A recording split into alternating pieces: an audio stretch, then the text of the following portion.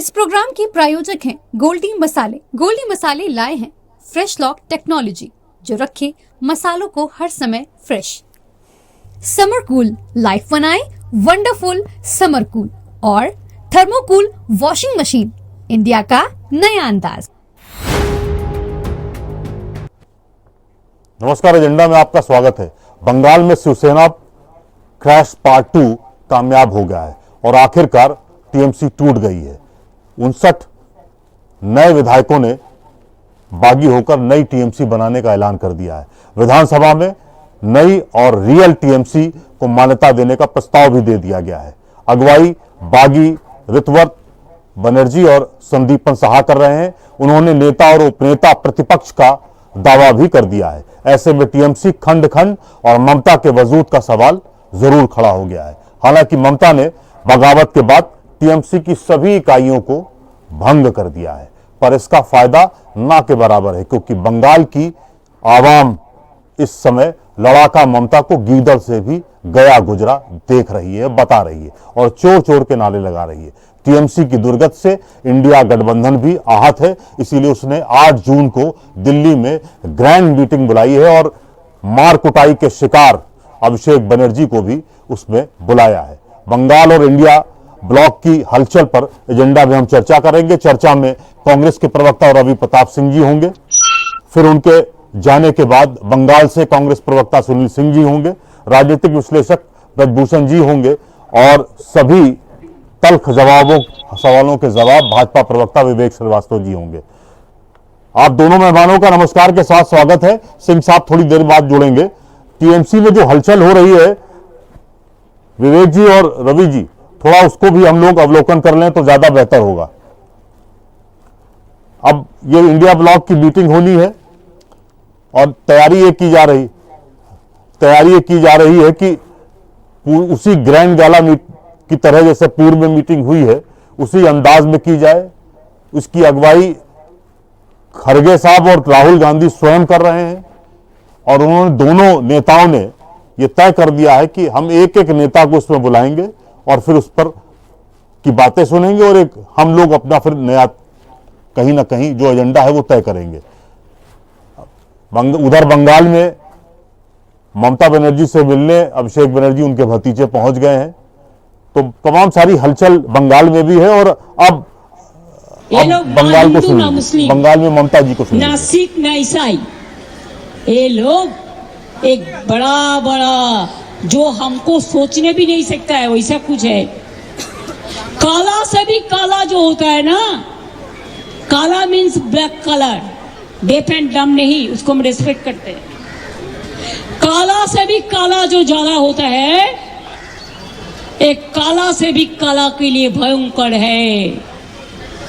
लेकिन ऐसा बुलडोजर, ऐसा अत्याचार, मोदी जी आप देखिए बंगाल को क्या बना दिया, आप किसको हाथ में दिया, जो बंगाल को एंटी सोशल को हाथ में छोड़ दिया, बंगाल को लुम्पेंस का हाथ में छोड़ दिया, जो गरीब लोगों को नकड़ी खा लिया, हॉकर्स को दुकान तोड़ दिया, गरीब लोगों को घर तोड़ दिया। बंगाल में कोई आदमी घर से निकालते हैं तो पुलिस जाके कहते हैं निकालने से अरेस्ट कर लेंगे। और आपका पार्टी का ये क्या है, अगर कल आप नहीं रहेंगे तो क्या होगा? आप जैसे पार्टी भी तोड़ने की कोशिश कर रहे हैं। कितना करोड़ रुपया मेरे को पता नहीं है, कोई तो कहते हैं 2-3 फॉर्मूला। एक formula, money is Honey better than anything, money is better than Honey. दूसरी है कि आप डायरेक्ट बीजेपी को नहीं करके कहते हैं आप नया तृणमूल बनाओ। जो तृणमूल देखा नहीं आंखों में, वो नया तृणमूल बनाएगा। हमारा शर्म आता है कि पुलिस अगर आपको ईडी का भय दिखाता है, सीबीआई भेजता है, आप हमारा टाइम में आप कितना ह्यूमन राइट्स कमीशन भेजा, कितना बार कितना बार माइनॉरिटी कमीशन भेजा, कोई नहीं होने से भी कितना बार पार्टी का टीम भेजा, कितना बार ट्राइबल कमीशन को भेजा, कितना बार शेड्यूल कास्ट टीम को भेजा, कितना बार एनआईए को भेजा, कितना बार सीबीआई को भेजा, कितना बार ईडी को भेजा। रवि जी, शुरुआत आप ही से करेंगे। महाराष्ट्र पार्ट 2 आपने देख लिया है। टीएमसी आज विधिवत तरीके से टूट गई है। 59 विधायकों ने विधानसभा में अपने अपने दो तीन तरह के प्रस्ताव रखे हैं। एक तो अपना नेता उन्होंने ऋतवत बनर्जी को घोषित कर दिया है, नेता प्रतिपक्ष और उपनेता प्रतिपक्ष की मांग कर दी है, और असल टीएमसी का दावा करते हुए ये कहा है कि हम ही टीएमसी हैं, हमें फुल फ्लेज्ड मान्यता विधानसभा में दी जाए। इसके बाद उन्होंने चुनाव आयोग को भी एक प्रस्ताव भेज दिया है जिसमें कहा गया कि असल या रियल टीएमसी ऋतवत बनर्जी की ही अगुवाई में है। आपको क्या लगता है, ये सब कुछ बंगाल में हो रहा है, क्या इससे परेशान होकर इंडिया ब्लॉक अपनी मीटिंग बुलाने जा रहा है क्या? राजेश भाई, ऋतवत बनर्जी को ये पता भी है कि जिस दिन तृणमूल कांग्रेस को खड़ा किया था उस नेत्री ने, उस दिन इनका वजूद क्या था। ठीक उसी प्रकार जिस तरीके से जिस दिन शिवसेना को खड़ा किया था बाला साहब ठाकरे ने, तो एकनाथ शिंदे जी कहाँ थे जब नेशनल कांग्रेस पार्टी को खड़ा किया था? शरद पवार ने, तो अजीत पवार जी की क्या रोल थी। लेकिन एक दौर था कि जब 21 जून 2022 को यकाएक एकनाथ शिंदे जी का उदय हुआ और जा करके और गवर्नर से मिलते हैं और कहते हैं कि असली शिवसेना हम ही है, और जा करके फिर फरवरी 2023 में वो असली जो तीर और उनका मतलब जो निशान था वो सील कर दिया जाता है और उनको असली शिवसेना मान लिया जाता है, जो शिवसेना का शिव भी नहीं जानते, सेना तो अलग बात थी। दूसरा एक घटना हुआ जब 25 जून 2023 को एक एसआईटी का गठन हुआ, ईडी और सीबीआई गई और अजीत पवार जी को जा करके आदरणीय प्रधानमंत्री जी बोल रहे थे 70,000 करोड़ की भ्रष्टाचार के मास्टरमाइंड और आकांक्ष डूबे व्यक्ति हैं, और जैसे वो तोड़ करके शिवसेना को आए तो ठीक 7 दिन बाद 2 जुलाई 2023 को उन्हीं को वित्त मंत्रालय पकड़ा दिया गया और वही उप मुख्यमंत्री बन गए। जिस व्यक्ति के ऊपर आप ईडी सीबीआई और एसआईटी का गठन किए थे, 7 दिन बाद वह व्यक्ति आपके ही द्वारा बनाया गया वित्त मंत्री बन गया और वही उप मुख्यमंत्री बन गया। अब तीसरी पार्टी आ गई है, बताइए कि जिस तृणमूल कांग्रेस को ममता बनर्जी ने खड़ा किया, ऋतवत बनर्जी शायद उस समय नेपथ्य में होंगे, उनको पता भी नहीं होगा। आज वो कहते हैं कि असली टीएमसी हम ही है, जो ममता बनर्जी कह रही थी कि टीएमसी का टी नहीं जानते हैं। तो आप ये बताएं कि अगर तृणमूल कांग्रेस को आज तोड़ने का काम जो ये लोग कर रहे हैं, प्रबंध कर भाई, तो तृणमूल कांग्रेस, शिवसेना और नेशनल कांग्रेस पार्टी, जो इस तरह का काम भाजपा का बहुत अब एक चलन हो गया है। इसके बाद भाजपा ने दूसरा क्या काम किया कि जिनको निपटाना है, निपटाना इन द सेंस कि नवीन पटनायक के साथ उनके साथ हाथ मिलाया उड़ीसा में और उन्हें निपटा के खत्म कर दिया। आसाम में जो वो थे, क्या बोलते हैं, असम गण परिषद के जो अध्यक्ष थे, उनके साथ उन्होंने हाथ मिलाया और उनको नेपथ्य में ले जाके निपटा दिया। इसी तरीके से पंजाब में अकाली दल के साथ हाथ मिलाया और आज की तारीख में बादल से लेकर के और सिमरतमान कौर कहाँ पे हैं और सुखबीर बादल कहाँ पे हैं, ये पूरे देश ने देखा है। तो आज की तारीख में भाजपा के पास तंत्र भी है, भाजपा के पास अर्थ भी है और भाजपा के पास वो सब गाहे बेगाहे आप यूं कहें कि साम दाम दंड भय भेद है कि आप का हाल ये हो गया है कि आप या तो अपने वसूद को बचाइए या भाजपा में जाइए या जेल में रहिए। तो आपके पीछे ईडी और सीबीआई का इस तरह से प्रयोग किया जाएगा कि यदि आप भाजपा का दामन नहीं थामते हैं तो राजनीति तो छोड़ दीजिए, सामान्य जीवन में जीने लायक आप नहीं रहेंगे। आपको जेल के पीछे, सलाखों के पीछे, ठीक उसी तरीके से कि दिल्ली के चुनाव से पहले एक नीति के ऊपर जाकर के अरविंद केजरीवाल को जेल में रख दिया जाता है और वहां की सत्ता ले ली जाती है। बाद में साकेत का कोर्ट कहता है कि यहाँ इसमें तो कोई घोटाला हुआ ही नहीं था, इस नीति के कारण अगर सरकार के राजकोष में इजाफा हुआ तो घोटाला कैसा। और ये लोग मुंह छुपाए घूम रहे हैं। आज की तारीख में शिक्षा नीति को इन्होंने जानते किसके हाथ में दे दिया? वो दे दिया है आरएसएस के हाथ में, जिसके कारण यह सरकार एक एग्जाम नहीं करा पा रही है। बुंदेलखंड यूनिवर्सिटी के बीएड के फर्स्ट पेपर में प्रथम वर्ष में यह कहा गया है कि भारत के लोग तर्कहीन है, विवेकहीन है, संवेदनहीन है, जो मानसिक रूप से दिवालिया है। और ये पढ़ाया जा रहा है, और कुलाधिपति हमारे यहाँ की गवर्नर हैं, और वहां का जो आरएसएस विंग के जो वाइस चांसलर हैं वो कह नहीं पा रहे हैं। यहीं पे जब ये कहा गया कि हमारे यहाँ न्यायपालिका में भ्रष्टाचार डूबा है, तो उसमें तो सेल्फ कॉग्निजेंस ले लेते हैं आपके चीफ सीजीआई, लेकिन आपके ही देश में ये कहा जा रहा है कि भारत के लोग न तो तर्क कर सकते हैं, न विवेक कर सकते हैं, न ही किसी प्रकार की इनके पास नैतिक बल है, जो कि बीएड में पढ़ाया जा रहा है। तो इस तरह का शिक्षा के ऊपर इनका नियंत्रण ये हो गया कि बेच दीजिए, लोगों को भविष्य को अधर में रख दीजिए, और दल तो अब कोई बचा नहीं। देख लीजिए रसिया और नॉर्थ कोरिया जैसे चुनाव आपके यहाँ भी होगा। भाजपा ने जिस तरह का अपने यहाँ एक नैरेटिव फैला रखा है, अब तो वक्त ये आ गया है कि बेवफा की महफिल में दिल की बात क्या कहिए, खैरियत इसी में है कि खुद को बेवफा कहिए। ठीक बात कह रहे हैं रवि जी। अभी आपके पास आता हूं विवेक जी, आप पर आरोप है, बंगाल में तो आरोप है कि 200 करोड़ रुपए आपने बागी विधायकों को, टीएमसी के लोगों को दिया है या देने की तैयारी है, उनको प्रलोभन दिया गया, इसलिए वो तोड़ने को राजी हो गए हैं। और अब तो बकायदा टीएमसी टूट गई है। 59 विधायकों ने लिखित तौर पर, मैं अभी आ रहा हूं रितवत जी, रवि जी आपके पास आओ। रितवत, हाँ जी जी बताइए रवि। एक सेकंड जी, मैं ये कह रहा हूं राजेश भाई कि जो पार्टी कहती थी कि भ्रष्टाचार हो रहा है, हमारी पार्टी का दफ्तर आज तक कहीं नहीं बना, और 500 जिलों में इन्होंने दफ्तर बना दिया, और 10,107 करोड़ खाते में रखे हैं। तो ये तो ट्रक नहीं, पिकअप से पैसा भर के दे देंगे और तोड़ भी लेंगे। जो नहीं मानेगा उसको जेल के अंदर कर देंगे। अब राजनीति बची कहाँ है? अब राजनीति की तो कल्पना छोड़ दीजिए। अब तो यहाँ पे सिर्फ ये जानिए कि अब तो यहाँ पे राजतंत्र है, मतलब जनतंत्र है। जब तक जनता नहीं आएगी तब तक तंत्र नहीं सुधरे। ठीक बात है विवेक जी, बहुत सारी बातें अभी रवि जी की आपने सुनी हुई हैं, लेकिन विधिवत तौर पे अगर हम इसको आकलन करने जाएंगे तो आज बंगाल में टीएमसी टूट गई। अलग बात है कि ममता जी का अपना तमाम गुस्सा है वो निकल रहा है, लेकिन इंडिया ब्लॉक इसी चिंता के चक्कर में 8 जून को मीटिंग करने जा रहा है कि आपके साजो सामान से हम कैसे लड़ें।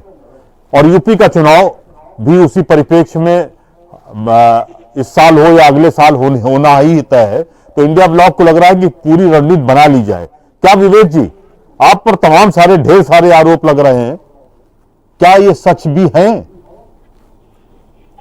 देखिए राजेश जी, मैं भी रवि जी को सुन रहा था। हाँ, क्योंकि वो कांग्रेस से हैं। हाँ, तो कांग्रेसियों की गांधी परिवार की युवराजों के पीछे घूमने की आदत पड़ चुकी है। हाँ, गांधी परिवार से इतर वो कहीं देख नहीं पाते हैं। उनको लगता है कि ऐसी गुलामी सारे दलों में होनी चाहिए। उन्होंने इसी बातचीत के क्रम में शिंदे साहब के ऊपर भी टिप्पणी की कि जब बाला साहब ने शिवसेना बनाई थी तो शिंदे जी का पता भी नहीं होगा। तो थोड़ा शिंदे साहब के बारे में जानकारी इकट्ठा कर लेते। आदरणीय मनोज दिघे जी के साथ शिंदे जी की क्या भूमिका रही है शिवसेना बनाने में, थोड़ा सा जानकारी कर लेते तब टिप्पणी करते तो अच्छी बात। इसी तरह से टीएमसी पे भी इन्होंने टिप्पणी कर दी। अगर कोई दल में लोकतंत्र चाहता है, नहीं चाहता कि आप अपने एक चार टेम्पर्ड भतीजे को नेतृत्व सौंप दीजिए पार्टी का, या उसके नेतृत्व में लोग काम करना नहीं चाहते हैं, अपना एक अलग गुट बनाना चाहते हैं, तो इनको गांधी परिवार के युवराजों के पीछे घूमने के आदि। इनको गांधी परिवार के युवराजों से तक कोई दुनिया दिखाई नहीं देती। तो गुलामी तो ये करते रहे, सबको गुलाम चाहते बन जाए। अगर टीएमसी टूट रही है, उनमें कुछ लोगों को लगता है कि नहीं, हम अभिषेक बनर्जी की गुंडागर्दी है उसके नीचे काम नहीं करना चाहते हैं, ये उनकी समस्या है। इसमें मुझको नहीं लगता कि कांग्रेस जिस तरह दुबली पतली हो रही है, इसको इस तरह की जरूरत है।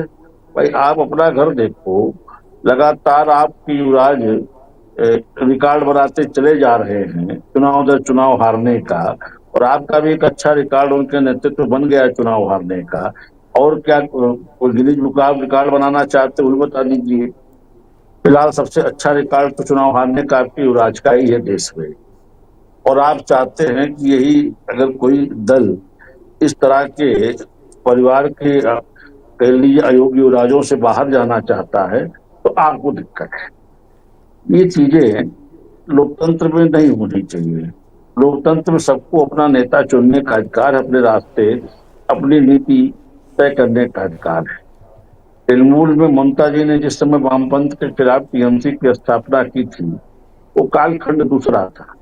कब उनकी पार्टी अराजक तत्वों के हाथ में चली गई और जिस तरह से अभिषेक बनर्जी और ये कल्याण बनर्जी का जो चरित्र रहा, जो इनकी भाषा रही और आगे चल के जो इनके तेवर भारतीय प्रधानमंत्री के लिए, भारत के गृह मंत्री के लिए रहे, इस तरह की भाषा स्वयं महामहिम राष्ट्रपति के लिए रहे, इस तरह के भाषा और व्यवहार की कोई भी भारतीय उम्मीद एक मुख्यमंत्री से नहीं करता। जो आचरण उन्होंने आई पैक की फाइल लेके भागते हुए दिखाया, उधर से हम लोगों ने कक्षा 3-4 के बच्चों को देखा है टोला लेकर के बैग लेके भागते हुए। कम से कम एक परिपक्व लेवल पे इस तरह का आचरण शोभा नहीं। आ रहा हूँ रवि जी, आपको जाना भी है तो विवेक जी पूरी बात कर लें जी। इस हठधर्मता में जिस तरह से उन्होंने पश्चिम बंगाल को घुसपैठियों के लिए खोला, भारत की अस्मिता को तार तार किया, भारत की सुरक्षा खतरे में डाला, ऐसे में जनता ने अगर वहां के एक मजबूत फैसला दिया है और अब उनके भी दल के लोगों को समझ में आता कि नहीं, हम अभिषेक बनर्जी या इनके साथ खड़े होंगे तो हमारा राजनीतिक भविष्य चौपट है, तब उसमें दुनिया भर की बातें लोग लेकर के आ रहे हैं कि साहब उनको पैसा देकर के पार्टी तोड़ी जा रही है। भाई, भारतीय जनता पार्टी को जनता वहां पहले ही प्रचंड बहुमत दे चुकी है। भाजपा को एक अदद विधायक की भी कोई दरकार वहां पे नहीं है। भाजपा को क्या जरूरत है? वहां जो लोग विपक्ष में उनसे अलग अपना एक गुट बनाना चाहते हैं, उनकी समस्या है। उनको लगता है कि हमारा राजनीतिक भविष्य इन लोगों के साथ नहीं चल सकता, वो अपना तय कर रहे हैं। आपको जो बैठक करना है, जो ज्ञान उड़ेलना उड़ेलते रहिए। लोकतंत्र में राजनीति जनता जनार्दन होती, पब्लिक सब जानती है, किसी से कुछ छिपता थोड़ी है। विवेक जी, बात आपकी बिल्कुल, आपने साफ गोई से अपनी बात रखी है। रवि जी, बहुत सारी बातें हैं, लेकिन मैं आपसे एक बात जानना चाह रहा था। जिस तरह का इनिशिएशन राहुल गांधी और खड़गे साहब अब 8 तारीख की मीटिंग को लेकर कर रहे हैं, आपको क्या लगता है, कुछ रणनीति बदली हुई है या कुछ आप इस तरह की रणनीति बनाने जा रहे हैं ताकि भाजपा को शिकस्त दी जा सके? क्योंकि भाजपा का जो फौज फाटा है या जो भी प्लानिंग है, उसके आगे आप पूरा विपक्ष नतमस्तक हो रहा है और नतमस्तक क्या, विपक्ष को सफलता नहीं मिल रही है। क्या आप कहना चाह रहे हैं? राजेश भाई, सबसे पहले तो मैं जवाब देना चाहूंगा अपने साथी प्रवक्ता का। वो कह रहे थे कि जरा देख लेते कि एकनाथ शिंदे का योगदान क्या था। उनका योगदान ये था विवेक जी, कि जिस दिन शिवसेना का गठन हुआ उस दिन वो 2 साल 4 महीने के 2 साल 4 महीने का व्यक्ति अपने हाथ से मम्मी खाना खिलाती है, पार्टी का गठन नहीं करता है। उम्र एकनाथ शिंदे जी की 2 साल 4 महीने थी।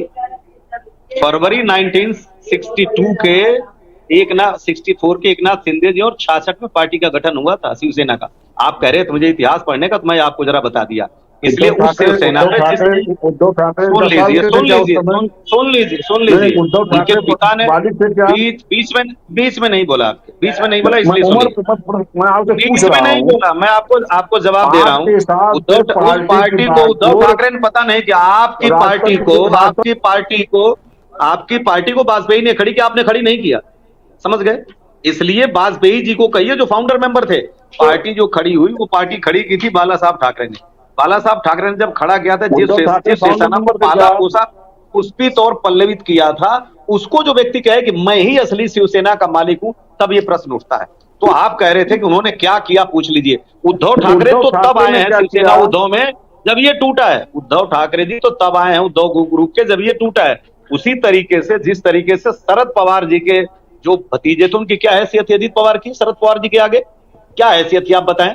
लेकिन उन्होंने, शरद पवार ने उंगली पकड़ के जिस व्यक्ति को राजनीति में लाया, 2023 में 7 दिन पहले आप कह रहे थे ईडी सीबीआई के छापे आप डलवा रहे थे, एसआईटी का गठन आपने किया और 7 दिन बाद आपने वित्त मंत्रालय उनको पकड़ा दिया और उनको उप मुख्यमंत्री बना दिया। यही 2016 में प्रधानमंत्री जी आपके जो शारदा चिटफंड घोटाले में आज आज आपके हैं शुभेंदु अधिकारी, उनको कहते हैं 10% वाले कहां जाएंगे, इधर जाएंगे। आज आपने उनको उस प्रदेश की सत्ता पकड़ा दी और आप कह रहे थे कि हम बदले के लिए नहीं आए हैं, हम जो है बदलने के लिए आए। लेकिन आप बदलने नहीं आए, आप तो वो काम करने आए हैं क्योंकि क्षेत्रीय पार्टियां आपकी आंखों की कांटा है। आप जानते हैं कि क्षेत्रीय पार्टियां जब जब उठेंगी तब तक आपके वोट पे डाका डालेंगी। आपको अपने अस्थायित्व को कायम रखने के लिए क्षेत्रीय पार्टियों का दमन आवश्यक है। इसलिए आपकी नजर में कोई भी क्षेत्रीय पार्टी जिसके साथ आपने हाथ मिलाया हो, मैं बता दूं असम गण परिषद में आपने आसाम में उसको खत्म कर दिया, नवीन पटनायक जी की सत्ता को खत्म कर दिया। केजरीवाल दिल्ली में जब तक थे तब तक आपने कुछ नहीं किया, जब गुजरात पहुंचे तो फर्जी उनको शराब की नीति में ले जा करके आपने अंदर करके उनको खत्म कर दिया। 2 बार ममता जी को हराया।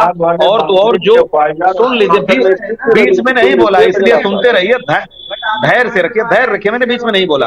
आपका चेहरा चाल और चरित्र ये है कि एन केन प्रकारेण भारत से क्षेत्रीय पार्टियों का दमन कर दो। आपके राष्ट्रीय अध्यक्ष ने कहा कि क्षेत्रीय पार्टियां इस देश में नहीं रहेंगी। और दूसरी बात आप कह रहे थे कि उस एक लड़के के पीछे शायद टीएमसी लोग नहीं रहना चाहते। 5 बार के विधायक आपके जो नवीन चौधरी जी हैं, नवीन जी 5 बार के विधायक हैं, 10 बार के आपके यहाँ लोग एमपी हैं। नवीन चौधरी को बिहार का छोड़ करके मैं स्वयं प्रवक्ता हूं, नहीं जानता था। आप बताइए, आपकी पूरी भाजपा उनके आगे नतमस्तक होकर उनके अंडर में काम करने के लिए तैयार है। आप कह रहे थे कौन काम करे। अरे आप इस तरह की बातें मत करिए। आपके यहाँ चुनाव आज तक कभी नहीं हुआ, ले आकर के बैठा दिए, पर्चियों से आपके यहाँ मुख्यमंत्री निकला करते हैं और आप कह रहे हैं कि ये लोग क्या करेंगे। मैं आपको बताता हूं, चुनाव हारना और जीतना कोई मापदंड नहीं है। चुनाव तो ये जान लीजिए कि आप भी हारेंगे, क्योंकि 84 में आप 2 सीट पे थे, आज आप 22 प्रदेशों में, हम भी आप आज 4 प्रदेशों में और 2-3 प्रदेशों में हम मिलकर सरकार बनाए हैं। और आपको ये पता होना चाहिए कि कभी जर्मनी में एक तानाशाह भी था, वहां की जनता उसको भगवान समझती थी, लेकिन जर्मनी की जनता को तब पता चला जब हिटलर का समापन हो गया। कभी कभी रावण को कहते थे कि रावण जस राजा जग जाहिर जहान भी, बाल जस योद्धा ने छत्रसाल छायो है, रावण भी चला गया। तो आपके जो आदरणीय प्रधानमंत्री जी, देवतुल्य प्रधानमंत्री जी हैं, जो इस देश की जनता को ठगे, सैनिकों को ठगे अग्निवीर के रूप में, जनता को ठगे, किसानों को ठगे कि उनका आय दोगुनी कर देंगे, और तो और जनता को 15 लाख रुपए के रूप में ठग दिए, 43 लाख करोड़ रुपया कमाते रहे। और अब जनता को देखिए डीजल और पेट्रोल की मार दे रहे हैं, कह रहे हैं कि अच्छे दिन आएंगे, और अब अच्छे दिन तो बुरे दिन का दौर शुरू कर दिए। हम विदेश भी न जाएं, डीजल पेट्रोल भी न चलाएं, गहना भी न खरीदें, और वो आप घूमते रहे 8,000 के विमानों पे।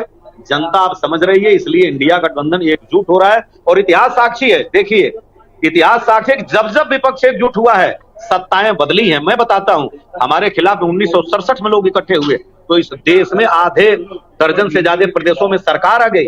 हमारे खिलाफ 1977 में लोग इकट्ठे हुए तो हमारी सरकार बिल्कुल भस्मीभूत हो गई थी। हमारे खिलाफ 89 में भी लोग इकट्ठे हुए, हमारे खिलाफ बीपी सिंह इकट्ठे हुए। जब ये सारे लोग इकट्ठे होते हैं तो उसमें राजनीति का दूसरा आयाम शुरू हो जाता है। आप किसी गरूर में मत रहें, किसी गुमान में न रहें। आपको ये जो काकरोच जनता पार्टी है, इसने बता दिया कि देश की युवाओं के साथ आप क्या कर रहे हैं। 24 लाख लोगों को नीट का परीक्षा नहीं करा पा रहे हैं, आप उस कंपनी को ले आकर के दे रहे हैं जो कंपनी पहले से संदिग्ध थी। नियम बदल करके आप बुंदेलखंड यूनिवर्सिटी में कहते हैं कि देश के लोग काबिल नहीं है।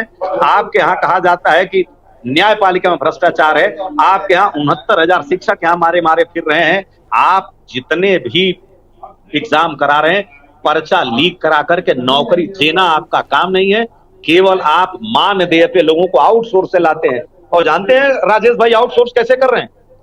आउटसोर्स ठीक उसी प्रकार कर रहे हैं ना जिस प्रकार इस देश में जियो ने आउटसोर्स किया था कि एमटीएनएल और बीएसएनएल के इंफ्रास्ट्रक्चर पे डाका डाल करके मोदी जी ने जा करके उसका उद्घाटन किया और जियो में अपनी आधिपत्य जियो ने स्थापित कर दिया। लेकिन आज की तारीख में बीएसएनएल और एमटीएनएल अपनी बदहाली पे आंसू बहा रहे हैं। एक भी टावर नहीं लगाया जियो ने, लेकिन वो पैसा कमाने में टॉप पे। अगर उसके मैनेजिंग डायरेक्टर और उसके लोग जियो को चला सकते हैं तो क्या भारत में ऐसे लोग नहीं है? जब 17 साल का एक लड़का आपकी सीबीएसई का वेबसाइट हैक कर सकता है, वो आपके देश के नेताओं को, मंत्रियों को बताता है कि कैसे करिए शिक्षा नीति, तो क्या इस देश में मेधा की कमी है? बिल्कुल कमी नहीं है, आपके संकल्प की कमी है। और आप 2 व्यक्तियों के लिए 2 व्यक्ति देश को बेच रहे हैं और 2 व्यक्ति देश को खरीद रहे हैं। आप बताइए, मैं आपसे पूछना चाहता हूं, जो गुजरात का मॉडल लेकर के आए थे, एक भी यूनिवर्सिटी देश के टॉप 20 यूनिवर्सिटी में है, एक भी मेडिकल कॉलेज देश के टॉप मेडिकल कॉलेज में है, एक भी प्राइवेट अस्पताल टॉप 20 कॉलेजों में नहीं है। बड़ी रोडें आप जरूर बना देंगे। दोनों व्यापारी आपके हैं, आपने किसी को 37,000 से 9,37,000 करोड़ बना दिया, नीचे से ऊपर तक सब कुछ पकड़ा दिया। लेकिन गुजरात ना तो शिक्षा में आगे गया, 1.5% लोग सेना में हैं, साक्षरता का दर उस बंगाल से भी कम है जिसको आप कहते थे कि गिरा हुआ प्रदेश है। जोड़ लीजिए, 11 की जनगणना भी देख लीजिए, आज का देख लीजिए। आपके यहाँ 79% 5 साल के बच्चे गुजरात में कुपोषण के शिकार हैं। 86% महिलाएं जो प्रजनन करती हैं, यानी 20 साल से लेकर के और 44 साल तक, उनमें 66% में एनीमिया के शिकार हैं। ये आपके गुजरात का मॉडल है। आप कहना नहीं चाहते कि गुजरात क्या है, लेकिन लोगों को गुजरात के मॉडल में गुमराह मत करिए। आप कहिए प्रधानमंत्री जी से कि देश की ज्वलंत समस्याओं से सामना करें, जो वादे किए उस पे बात करें, 15 लाख पे बात करें, 2 करोड़ नौकरियों पे बात करें, मेक इन इंडिया पे बात करें, स्वच्छ भारत पे बात करें, नमामि गंगे पे बात करें। कम से कम उस घोड़े को लेकर के आए जो मेक इन इंडिया को लेकर के आए थे। आप ट्रंप के आगे 56 इंच का सीना दिखा रहे थे, ट्रंप के आगे जा करके आपने बिल्कुल साष्टांग दंडवत कर दिया। ट्रंप की हैसियत है कि हमारे देश के प्रधानमंत्री को है कि मैं आपकी राजनीतिक करियर को खराब कर सकता हूं, लेकिन मैं करना नहीं चाहता। एक बार भैया आपने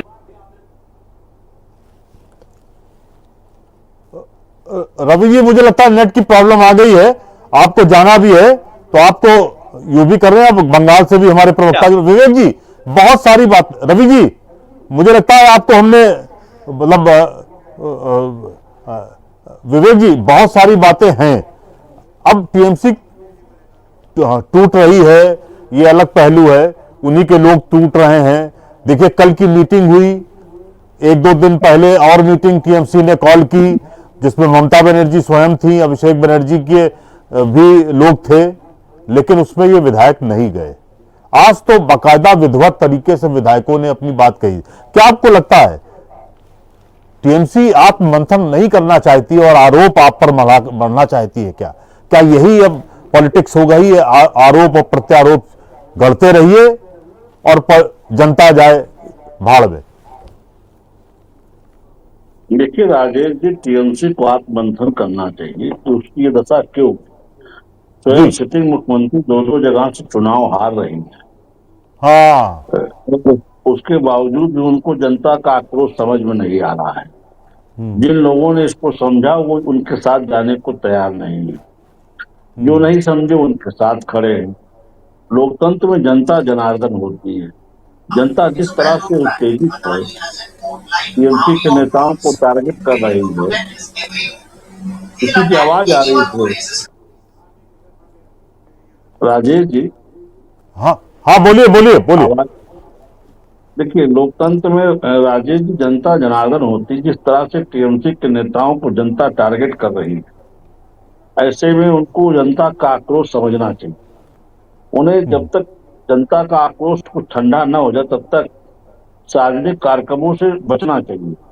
और इस चीज को जो विधायक समझ रहे हैं, वो टीएमसी नेतृत्व में खासकर अभिषेक बनर्जी का नेतृत्व स्वीकार करना नहीं चाहते।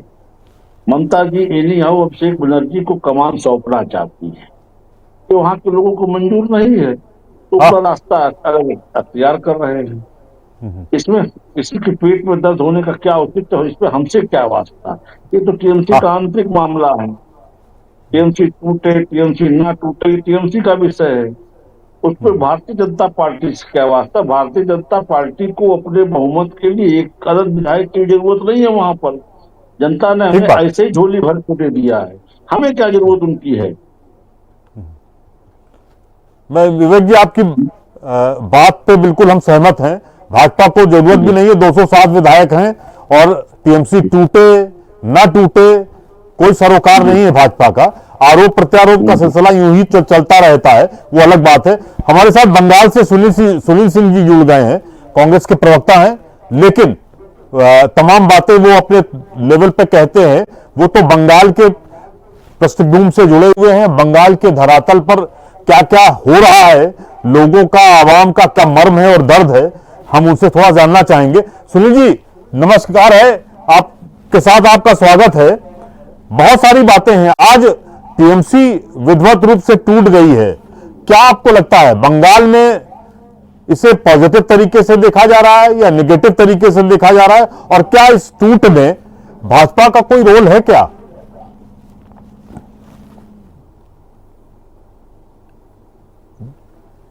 भाजपा का उतना बड़ा रोल नहीं है।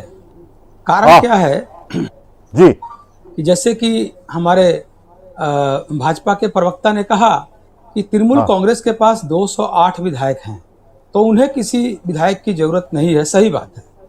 तो आज 80 विधायक में 60 विधायक जो है वो टूट करके और एक अलग गुट बना लिए हैं और वो विधानसभा में परिषदीय दल के नेता के रूप में अपने आप को पेश कर रहे हैं और वे यह भी कह रहे हैं कि हमारे इस परिषदीय दल का परामर्शदाता के रूप में मुख्यमंत्री जी का स्वागत है, भूतपूर्व मुख्यमंत्री ममता बनर्जी जी का स्वागत है। मार्गदर्शक मंडली के रूप में वे ममता बनर्जी जी को देखना चाहते हैं। जी अब ये डिपेंड करता है ममता बनर्जी को कि वे क्या करना चाहेगी। आज ममता बनर्जी के पास 20 विधायक अभी हैं और 60 विधायक, अभी कुछ देर पहले तक 60 विधायक जो है वे टूटकर एक अलग गुट बना लिए हैं और उन्होंने दावा भी पेश किया है। मैं समझता हूं कि मैं इसका समर्थन भी नहीं करता और मैं इसका विरोध भी नहीं करता। कारण क्या है कि ममता बनर्जी ने जो बोया उसी को आज काट रही हैं। कारण क्या है कि मैं बताऊं आपको कि यह जो है ममता बनर्जी सारा खेल जो है अभिषेक बनर्जी के माध्यम से ही इस पश्चिम बंगाल में खेल रही थी। जब 2021 के चुनाव में हमारे पास कोई विधायक नहीं थे, तो उस समय 2 साल के बाद एक बाई इलेक्शन हुआ था। उसको सागर दिघी एक विधानसभा है, वहां पे एक बाई इलेक्शन हुआ और कांग्रेस ने करीबन 26 से 30 हजार वोट से उस बाई इलेक्शन को जीतने का काम किया था। अर्थात कांग्रेस के पास एक विधायक आ गया था, लेकिन यह स्वीकार नहीं था। तृणमूल कांग्रेस के लोगों को यह स्वीकार नहीं, खास करके अभिषेक बनर्जी। उन्होंने, उसका नाम बायरन विश्वास है, उस विधायक के ऊपर झूठ मूठ के मामले किए गए और बाध्य किया गया कि वह जो है कांग्रेस छोड़कर तृणमूल कांग्रेस ज्वाइन करे। और 2023 के जो बाई इलेक्शन में हम जीते थे, वह जो है बायरन विश्वास ज्वाइन कर लिए तृणमूल कांग्रेस। आपको मैं बताऊं, छोटा सा उदाहरण दूं कि करीबन 128 म्यूनिसिपैलिटी में 107 से अधिक म्यूनिसिपैलिटी जो है तृणमूल कांग्रेस के लोगों के द्वारा जीता हुआ म्यूनिसिपैलिटी है, चाहे जैसे भी जीते हों। लेकिन एक म्यूनिसिपैलिटी ऐसा था, वह झालदा म्यूनिसिपैलिटी, वह पुरुलिया जिला में पड़ता है। एक म्यूनिसिपैलिटी जहां 12 काउंसलर उस म्यूनिसिपैलिटी में थे, वहां हमारी बहुमत हो गई थी और हमारे जो काउंसलर जीते थे, 4 बार के काउंसलर थे वो, उनका नाम था तपन कुंडू। 2022 में वह काउंसलर बने थे और वह झालदा म्यूनिसिपैलिटी के लिए जब हम लोगों ने दावे पेश किया कि इस म्यूनिसिपैलिटी का चेयरमैन जो है तपन कुंडू होंगे, उस समय उस म्यूनिसिपैलिटी के अधीन जो थाना के इंचार्ज थे, उन्होंने उनके भतीजे को बुला करके कहा कि बोलो वे लोग तृणमूल कांग्रेस में ज्वाइन कर लें, नहीं तो अंजाम बुरा होगा। और वो एक शाम को, कुछ दिन के बाद ही एक शाम को इवनिंग वॉक करते हुए उन्हें मार दिया जाता है, उनकी मृत्यु हो जाती है। तो यह शक का सुई किसके ऊपर जाएगा? शक का सुई इसी के ऊपर जाएगा।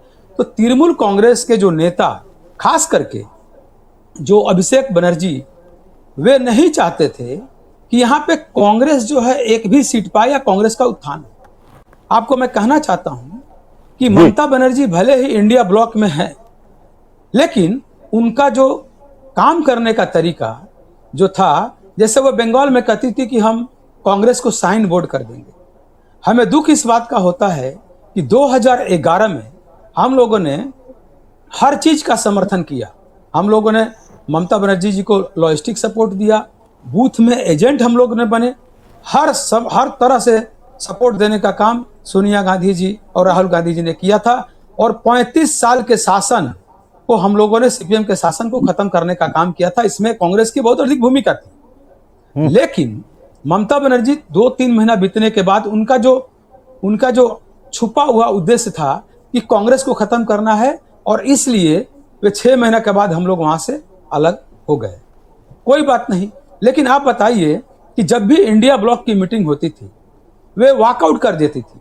वॉकआउट करने का मतलब हो गया कि अप्रत्यक्ष रूप से संसद में आप भाजपा को समर्थन कर रही हैं। चाहे वह राष्ट्रपति के मुद्दे पर हो, चाहे किसी बिल के मुद्दे पर हो। आप देखते थे जब वोटा वोटी का समय होता था, उस समय इनके सांसद जो है वॉकआउट कर जाते थे। अर्थात अप्रत्यक्ष रूप से इन लोगों ने बीजेपी को समर्थन देने का काम किया था। और इसलिए आज इंडिया ब्लॉक के लोग भी माने यह कह रही हैं कि हमने राहुल गांधी से बात किया, सोनिया जी से बात किया, आने वाले समय में 8 तारीख को इंडिया ब्लॉक की मीटिंग भी होगी। लेकिन मैं नहीं समझता हूं कि यह जो है इस मीटिंग में, खैर मैं तो एक कार्यकर्ता हूं, इंडिया ब्लॉक में बड़े बड़े नेता हैं, वे क्या करेंगे, क्या सोचेंगे, क्या करेंगे आने वाले समय में उनके ऊपर डिपेंड करेगा। मैं लेकिन इतना जरूर कहना चाहता हूं कि ममता बनर्जी के जो कार्यकलाप हैं या थे वे विश्वसनीय नहीं थे। आज पूरे पश्चिम बंगाल में कारण क्या देख लीजिए आप कि ममता बनर्जी ने 80 सीट जीता। ममता बनर्जी के चित्र को, उनके फोटो को लगा करके सामने यहाँ जो 80 विधायक बने हैं, आज वे 60 के 60 विधायक जो है उनका विरोध कर रहे हैं। तो कारण कुछ ना कुछ तो जरूर है। और आए दिन लोग या तो रिजाइन दे रहे हैं, नहीं तो अरेस्ट हो रहे हैं, गिरफ्तारियां हो रही है। और गिरफ्तारियां जब हो रही है किसी की, चाहे वो काउंसलर हो, चाहे पंचायत प्रधान हो, चाहे वह विधायक या भूतपूर्व विधायक हो, तो लोग जैसे ही गिरफ्तारी होती है तो आम लोग उसके चोर चोर से संबोधन किया जा रहा है आम लोगों के द्वारा। यह मैं समझता हूं कि इतने साल के इतिहास में मैंने पहली बार देखा। पूरे भारतवर्ष में ऐसा नहीं होगा। सरकारें बनती है, लोग हारते हैं, दूसरी सरकारें आती है, लेकिन इस तरह का विक्षोभ, जन आक्रोश हमने पहली बार देखा है इस पश्चिम बंगाल में। ठीक बात है सुनील जी, बहुत बड़ी बात आपने कही कि चोर चोर के नारे के साथ मतलब बंगाल की आवाम की जो भावनाएं हैं उनको समझने की आवश्यकता है। मुझे लगता है शायद नहीं समझेंगे तो नासमझी होगी। विवेक जी, बहुत सारी बातें हैं। आज शुभेंदु अधिकारी जी ने पर्सनल लॉ बोर्ड के प्रवक्ता के बयान को बहुत सीधे तौर पर वापस कर दिया। उन्होंने कहा जनगण मन तो आपको गाना ही है, लेकिन वंदे मातरम भी आपको गाना ही होगा। ये नहीं चलेगा। आप इस्लाम की दुहाई दें, आप अपने कौम की दुहाई दें, ये सब चीजें आज उन्होंने बिल्कुल साफ तौर पे दोपहर में मना कर दी हैं कि आपको मदरसों में और विद्यालयों में वंदे मातरम गाना ही होगा।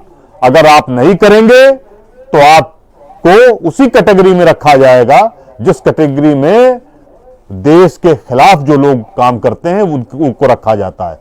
क्या आपको लगता है शुभेंदु जी की जो चेतावनी है उसे आप किस रूप पर रख रहे हैं? और मुस्लिम बिरादरी अगर कह रही है कि वंदे मातरम का अनिवार्य गायन, उस पर पुनर्विचार किया जाए और उस आदेश को वापस लिया जाए, कहीं ना कहीं आपको लगता नहीं कि हिंदू मुस्लिम की जो खाई है और गहरी करने की कोशिश की जा रही, क्योंकि यूपी का चुनाव 7 महीने 8 महीने के बाद है? विवेक जी, सुनील जी, एक बात हम आपसे करने वाले थे कि ये सब तो चल रहा है, आज जिस तरह से टीएमसी टूट रही है या टूट गई है, क्या इसकी आशंकाएं आपको थी पहले से? क्या एक बात मैं कहना चाहता हूं कि आशंकाएं थी। कारण क्या था कि जी विगत 5 साल के दौरान, सुनील जी एक मिनट आप होल्ड करिएगा। विवेक जी मेरी बात सुन रहे हैं आप? ये जो आज शुभेंदु अधिकारी जी ने आज कहा कि Vande Mataram, personal law board के प्रवक्ता ने उनको एक प्रस्ताव भेजा है कि साहब वंदे मातरम हमारे धर्म में नहीं है, आप हमको कंप्रेस मत करिए, आप इस आदेश को वापस ले लीजिए। लेकिन शुभेंदु अधिकारी जी ने कहा कि नहीं, हम आदेश वापस नहीं लेंगे, जनगण मन राष्ट्रगीत भी गाना पड़ेगा और वंदे मातरम भी आपको गाना होगा। क्या आपको लगता नहीं कि हिंदू मुस्लिम की जो खाई है उसको गहरा करने की कोशिश है? ये आरोप लगा रहा है विपक्ष, और यूपी का चुनाव सामने है, तो दोनों फायदे आपकी पार्टी देख रही है। विवेक जी, देखिए राजेश जी, मुझको नहीं लगता कि वंदे मातरम इनके लिए धर्म विरुद्ध है। इनका एक अहम है, एक अहंकार है जो वंदे मातरम से नहीं परहेज है। आजादी के आंदोलन में बहुत से मुसलमानों ने वंदे मातरम गायन किया है। और दूसरी चीज कि मजहब में तो इनके मजारों की व्यवस्था नहीं है।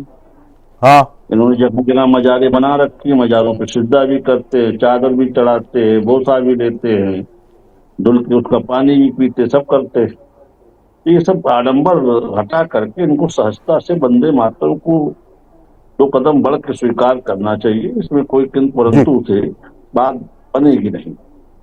बेहतर हो कि वो आगे आए और इसको सहजता से स्वीकार करें। उनकी इस छल छल उसको पूरा देश जान चुका है। अब इस देश का बहुसंख्यक वर्ग उनके इस छल छल में फंसने वाला नहीं। और बहुसंख्यक समाज और जो देश चाहता है उसके साथ उनको खड़ा होना होगा। इसके अलावा कोई और रास्ता है। विवेक जी आपके पास आते हैं। सुनील जी, एक जो बात बंगाल के परिप्रेक्ष्य में कही जा रही है उसमें ममता जी ने कल तमाम सारे आरोप लगाए, वो एक अलग पहलू है। और अभिषेक बनर्जी को लेकर भी तमाम सारी बातें उन्होंने कल मीटिंग में कही। आज भी सुबह उन्होंने कहा कि साहब आप लोग अगर ये सोच रहे हो कि हम सत्ता हस्तांतरित करने की कोशिश में लगे हैं, ऐसा कुछ भी नहीं है। टीएमसी आज हमारे नाम से जानी जाती है और हम ही उसके अगवाकार हैं। ये एक मैसेज देने की उन्होंने कोशिश की है। लेकिन कल जिस तरह का जेस्चर था ममता जी का, घर से निकली तो कुछ गाड़ियां थीं, उनके कुछ खास सिपह सलार थे, और जहां उन्होंने धरना दिया उस पर भीड़ भी थोड़ी बहुत थी, उसे 1000-2000 की संख्या बताया जाए। चुनाव से पूर्व ममता जी जब चलती थी तो लाखों लोग चलते थे। ये तिलिस्म क्या अब मान लिया जाए कि ममता बनर्जी का बंगाल से टूट गया है क्या? तिलिस्म तो टूट ही गया है। हाँ जी। आपके चैनल में मैंने पहले भी कहा था कि हाँ। कल जो है 4 तारीख है, अर्थात 1 महीना सरकार को बने हुए हो जाएगा। अभी भी हाँ। जो मंत्रिमंडल का विस्तार हुआ है कल, तो उसमें विभाग नहीं दिए गए हैं। हमने कहा था कि कम से कम आप कुछ दिन, कुछ महीने आप देखिए कि यह सरकार किस तरह से काम कर रही है।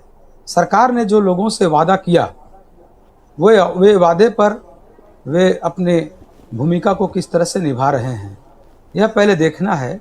इसके बाद अगर आप कोई आंदोलन करना चाहती है तो मैं समझता हूं कि कोई भी आंदोलन, आम जनता अगर उस आंदोलन में नहीं है तो वह आंदोलन की कोई रूपरेखा नहीं होती है।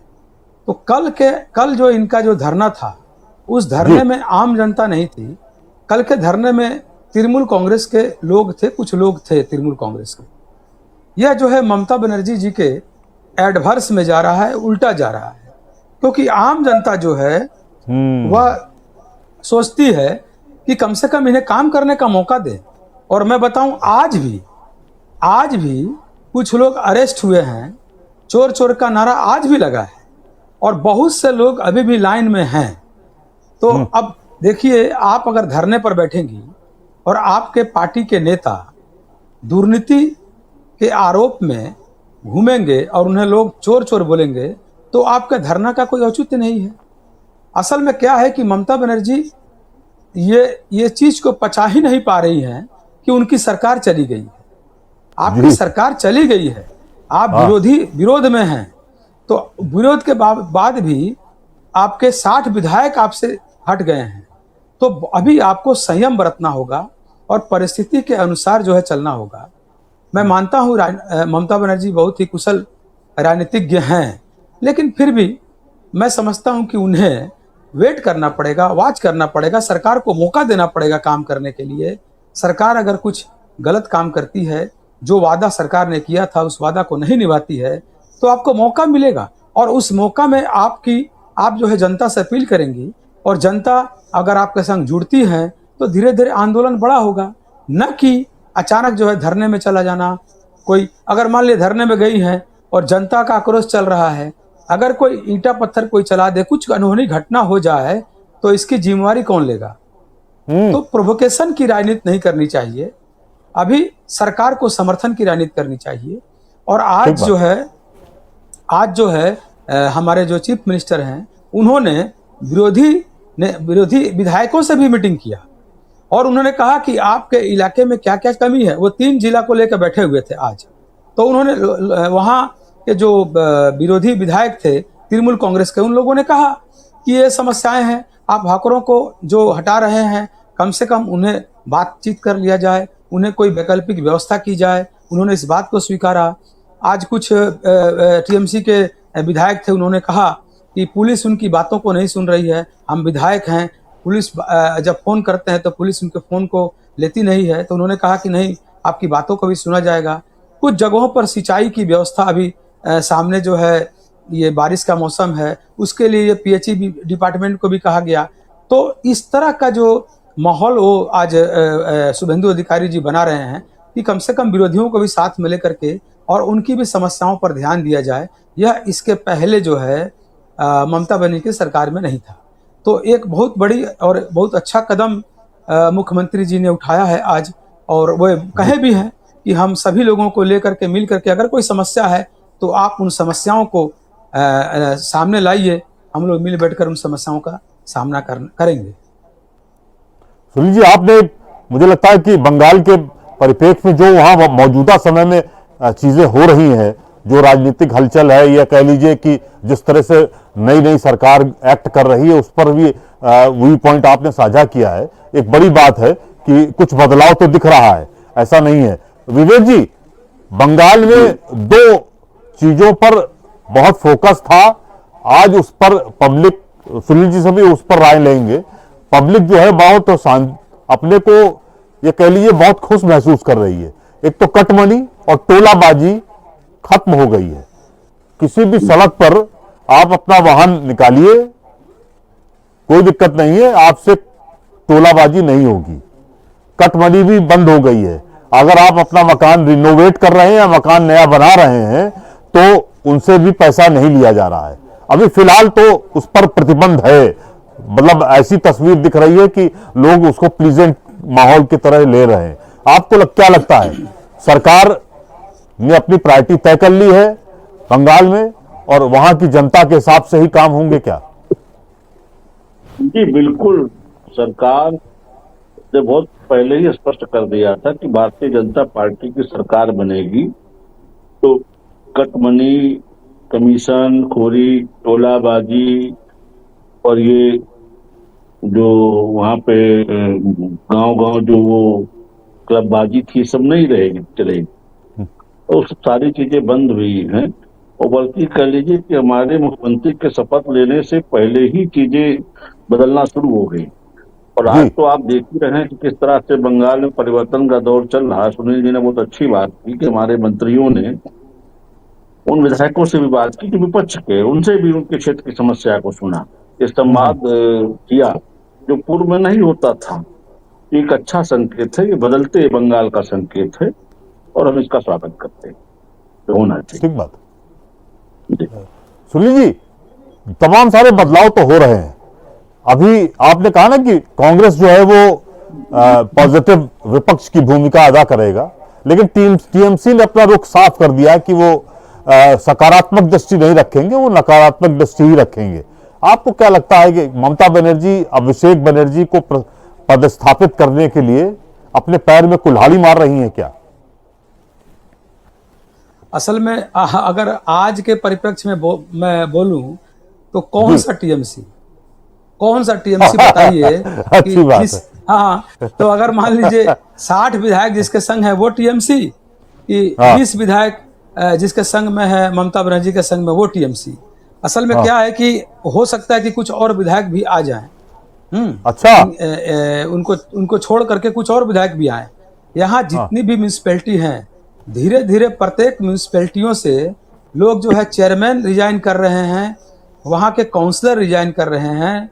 और मैं आपको बताऊं कि कलकत्ता कॉरपोरेशन में 144 जो है यहाँ सीटें हैं, जिसमें 100 करीबन 18 से अधिक सीट जो है ये इन लोगों ने जीता था, तृणमूल कांग्रेस के लोगों ने जीता था। यह जो विधानसभा का चुनाव हुआ है इसमें 104 सीट जो है तृणमूल कांग्रेस के लोग हार गए हैं। तो मैं आपको बताऊं कि तृणमूल कांग्रेस का मनोबल गिर चुका है और ममता बनर्जी इन्हें बूस्टअप करने की चेष्टा कर रही हैं। तो यह जो है बूस्टअप होने वाला नहीं है, क्योंकि आपको बताऊं कि यहाँ जो विधायक जीते हैं इन लोगों ने बहुत ही झेला है अभिषेक बनर्जी को।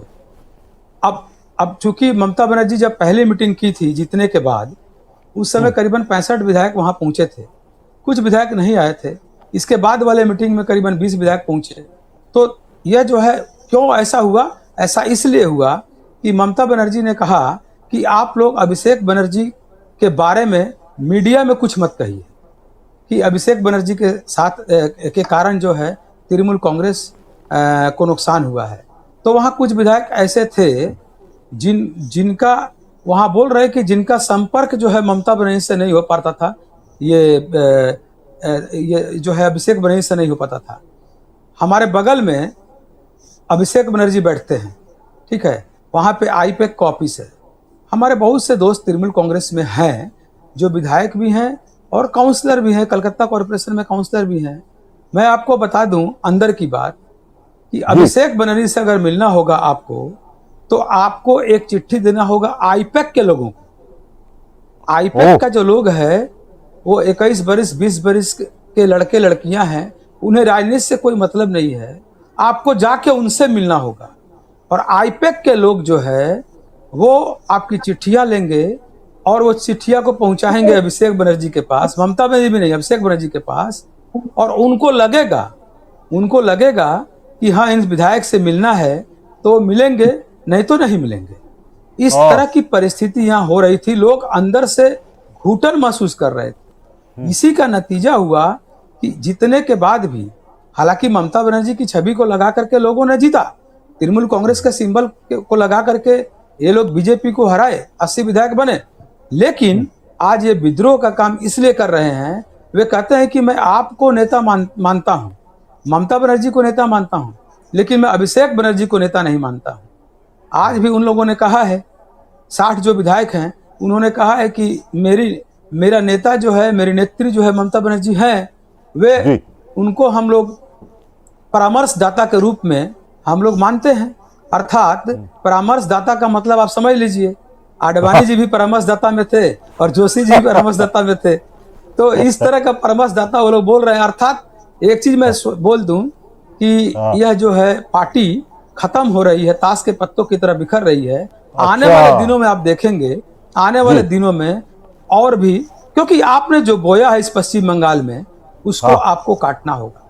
कारण कि बहुत बड़ी महत्वाकांक्षा थी इनको, इनकी पार्टी को बहुत बड़ी, इनके नेता अभिषेक बनर्जी जी को इतनी बड़ी महत्वाकांक्षा था कि वे राहुल गांधी से भी ऊपर उठना चाहते थे। वे कांग्रेस को सिर्फ राज्य में नहीं, पूरे देश में जो है नहीं देखना चाहते थे। कारण बता दूं कि कितने लोग आपके त्रिपुरा में हैं, कितने लोग आपके गोवा में हैं, कितने लोग आपके मणिपुर में हैं, कितने लोग आपके मध्य प्रदेश, राजस्थान, छत्तीसगढ़, झारखंड में हैं। आप जो है वहां अपने पार्टी का विस्तार कर रहे हैं। आप कहते हैं कि हम लड़ेंगे, तो इस लड़ने के लिए कट मनी की आवश्यकता थी, पैसे की आवश्यकता थी।